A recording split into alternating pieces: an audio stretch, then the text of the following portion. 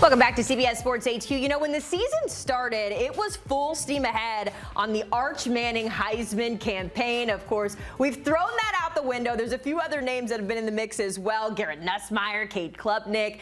But I don't want to talk about any of those guys right now, Kenz. I want to talk about our boy at Oklahoma, John Mateer, a guy who seemingly sort of just popped up on the scenes, and yet now we're talking about him as the favorite to win the Heisman. What is it about this guy? Well, it starts with his hair. Phenomenal flow coming from John Mateer here. But yeah, I mean, we've been talking about this through the summer, right? He just has that perfect storm. What you need to do to win the Heisman is exceed the expectations from a team standpoint and also hit the certain stat threshold that you need to be like 40 plus, 35 plus passing and rushing touchdowns, right? We really like Mateer to be able to hit those. Now, obviously, he is the odds-on favorite, but if you do the math here, what he needs to do as a team is go over their win total. Win total is around 7.5, but we'll call it 9-3 is what they need to hit to exceed the team expectations here. We give them around a 25% chance to do that. And as far as the stat threshold here of scoring 40 plus touchdowns, we give that around a 45% chance. So all of that to say, multiplied together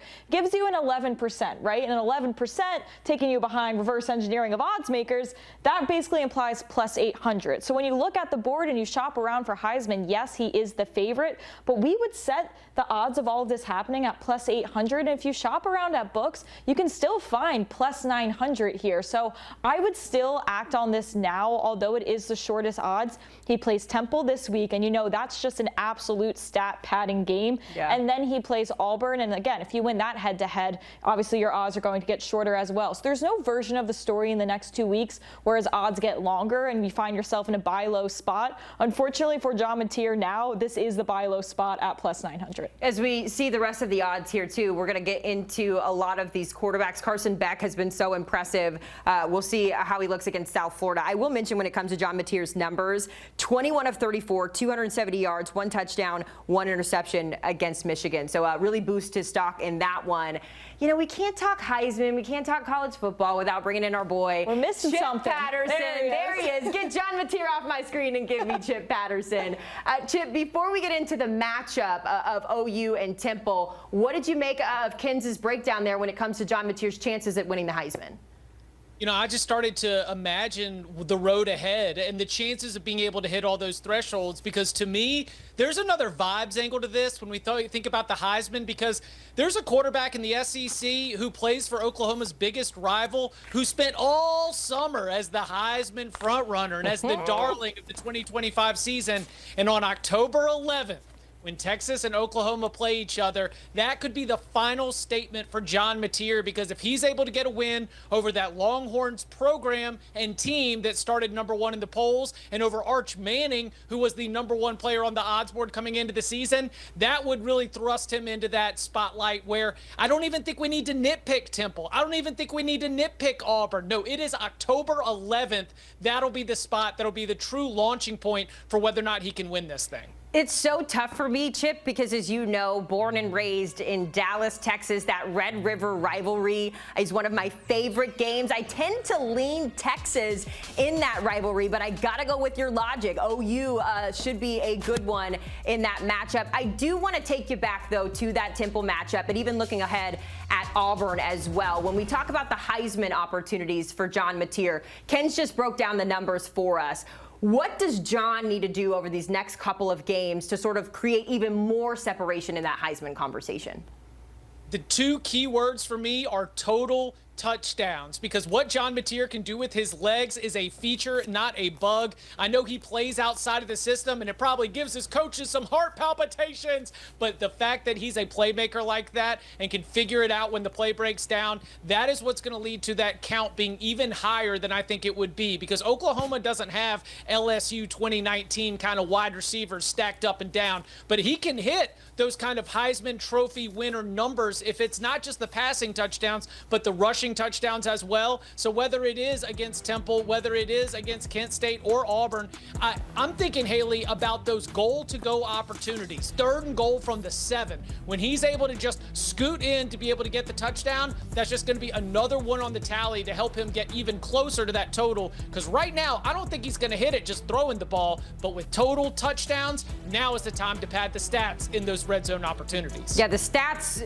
collectively are crazy when you look at his numbers. He did have a couple of rushing touchdowns, the passing touchdowns, so he can get it done all across the field there. We're excited for that one to kick off at 12 p.m. tomorrow. I want to come down to our neck of the woods, though, Ken. Oh, do you? Let's talk about Miami, this little South Florida showdown that we got going on at Hard Rock right up the road here. Look, we've seen what South Florida has been able to do through these first 2 weeks of the season. We've also seen what Carson Beck and the Canes have been able to do this season.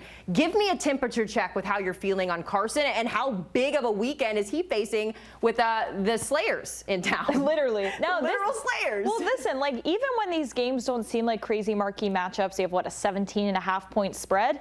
As far as your Heisman campaign, stat padding these weaker games is just as important as winning some of these head-to-head marquee matchups here. You see some guys fall behind. Like, to me, Garrett Nussmeier, he did not put up enough passing touchdowns against Louisiana State to be on pace for some of these stat thresholds. So this still is a very, very large game for Carson Beck. As far as the expectations for him, in order to stay in this competition and maybe make a trip to New York, I do think they need to win the ACC championship, especially if Clemson continues not to look that exciting. So pulse check, he's on pace for the stats. Definitely still not a game to overlook as far as passing touchdowns for him because you have to stat pad these games. I do want to mention this about South Florida.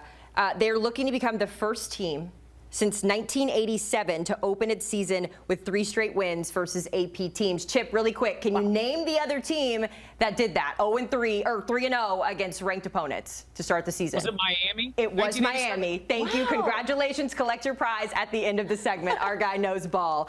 Chip, I do want to come back to you, though, to talk about our next game. We're going back to the SEC. Brian Kelly and those LSU Tigers have been led by Garrett Nussmeier. They're taking on Florida, who I'm interested to see the football matchup in there. Florida looking to bounce back.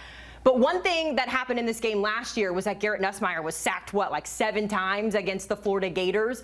So you have that mental aspect going in. You have the conversations about who's the best quarterback in college football. How big of a game is this for Garrett Nussmeier this weekend? Haley, it's massive because I think Garrett Nussmeier is going to have to do some Garrett Nussmeier things on his own.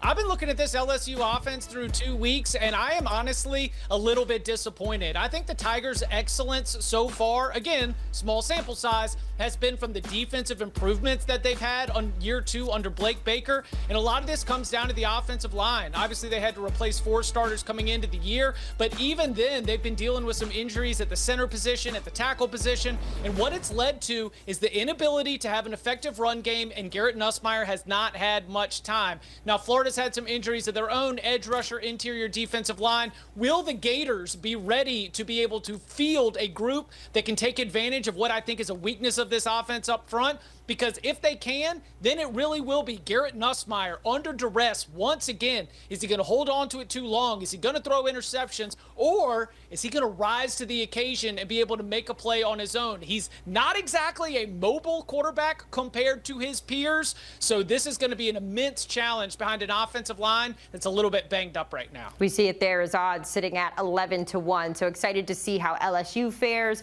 Kens, I want to give you last word here, though, as we push ahead and wrap up our conversation with one of the most explosive offenses, the most explosive offense, I should say, in all of college football. USC going to take on Purdue on CBS. We're excited for that one. I low-key feel like this is just going to be horrendous for Purdue. Yeah, it's not going to be good, Haley. But it's going to be great for their quarterback, Jaden Maiava. Right. I think Maiava is a guy that we are not talking about enough. I mean, as far as the stats, he is leading the entire field, too, with passing touchdowns as well. The great part for him is that he will be what you point your eyes to for the success of this team, right? It's not like these crazy, insane running backs like Drew Aller has or with Notre Dame. It's not these crazy wide receivers. You can really point the success to him, which is such a great spot to be in when it comes to Heisman. This is also a spot where you're going to be playing on a 3:30 primetime CBS game. And I know it's just Purdue, but to have the eyes of the country on you and to be able to stat pad against still a Big Ten team is super, super important for you. So when you break down the percent chance for this team to make the playoff and the percent chance for him to hit all the stat thresholds he needs, which is basically just doing better than Dante Moore in that head-to-head when that Oregon game comes up, we still give him an 8% chance to win the Heisman. That's around 12-1 if you were to convert that into odds. You can find him at really, really good odds, like 20-1 right now. So he's kind of my new John Mateer of kind of under the radar right now, in that 20-1 range. You want to get him now before he stat pads against Purdue and has a few other games under his belt, and that just gets shorter and shorter. But this is a guy I think we will be talking about after this primetime game. Okay. Yeah, no, it's so funny, guys. What's his coach's name again? I don't know. Lincoln Riley. Has Lincoln Riley coached any Heisman Trophy winners? Does anyone know if Lincoln Riley has 3 Heisman Trophy winners since 2017 under his tutelage? When you think about the Heisman Trophy voter that maybe isn't digging into the weeds, I'll tell you what's easy to convince that Heisman Trophy voter that Lincoln Riley might have himself a Heisman Trophy winning quarterback. So yeah, Jaden Maiava's got it all set up. He finished last year 3-1 as a starter, and that's what Lincoln Riley told us. He saw all the things he wanted to see, and some of the things he didn't like, he thought were fixable. Jaden's started the year strong, and I think he's a great value pick down the board. Can't forget about the runner-up and Jalen Hurts as well. That guy knows a thing or two about Heisman. Go Birds. Get out of here, Kent. We're so excited for college football to continue here on HQ, and it continues on CBS this weekend when USC travels to Purdue this Saturday. Our Jenny Dell on the sideline for this one. How about this? These two teams last met in 1998 in the season opener. That was when Drew Brees made his first career college start, and Carson Palmer made his college debut off the bench. USC Purdue Saturday, 3:30 on CBS.